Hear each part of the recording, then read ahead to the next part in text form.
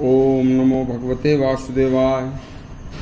क्या आप जानते हैं कि श्राद्ध पक्ष को कनागत क्यों कहते हैं? कनागत कैसे करें, सुनिए और क्यों ज़रूरी है। बहुत ही शानदार और बहुत ही लाभदायक प्रसंग है। आश्विन महीने में आने वाला पितृपक्ष पितरों के श्राद्ध के लिए महत्वपूर्ण होता है। इस मास में अपने स्वर्गवासी सगे संबंधियों की आत्मा की शांति के लिए पितरों का तर्पण, पिंडदान और उनके निमित्त भोजन अर्पित करके प्रार्थना की जाती है।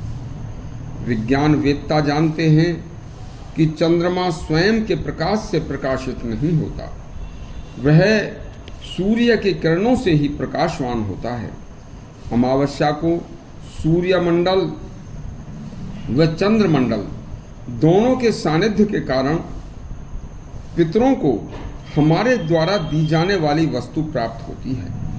उस समय कन्या राशि के 10 अंश से तुला राशि के 10 अंश सूर्य की निचली कक्षा में विद्यमान होने के कारण, अर्थात उस समय पृथ्वी, चंद्रमंडल और सूर्यमंडल के सानिध्य के कारण सूर्य कन्या राशि में होते हैं।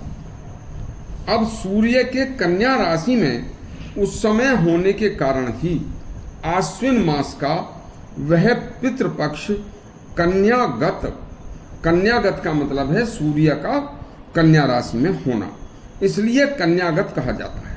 कन्यागत का ही बिगड़ा हुआ स्वरूप कनागत है। इसलिए विज्ञान सम्मत कन्यागत सूर्य के कारण उस समय श्राद्ध किए जाते हैं। इस कन्यागत अर्थात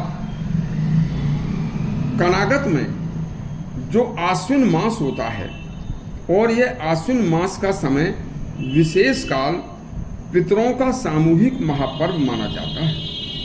पितरों के लिए ये समय सामूहिक रूप से उसी प्रकार होता है जैसे हम त्योहारों या विवाह आदि उत्सवों पर दिन या रात सामूहिक भोजन करते हैं।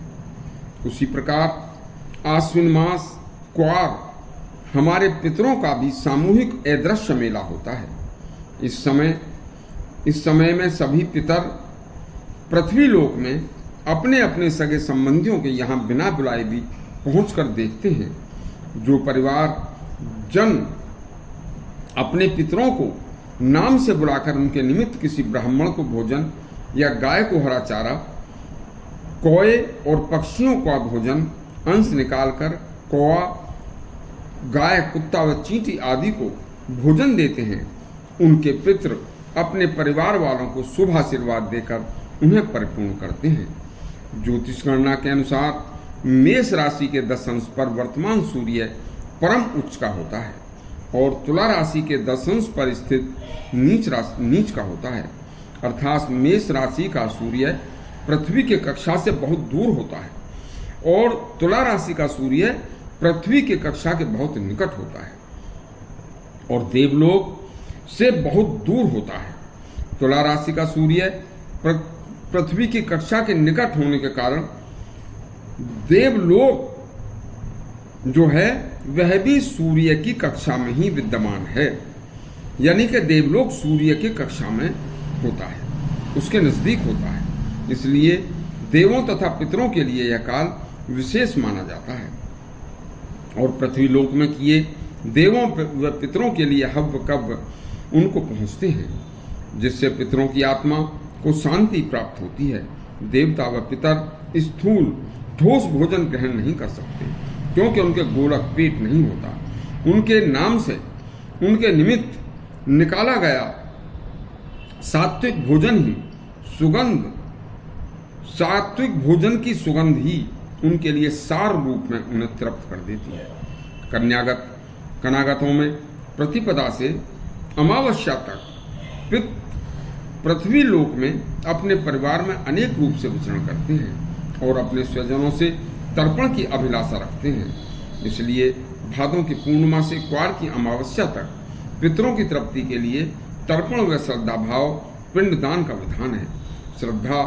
श्राद्ध न करने पर पितरों को दुख होता है। साथ ही श्राद्ध न करने वाले परिवारजनों को भी अनेक कष्टों का सामना करना पड़ता है।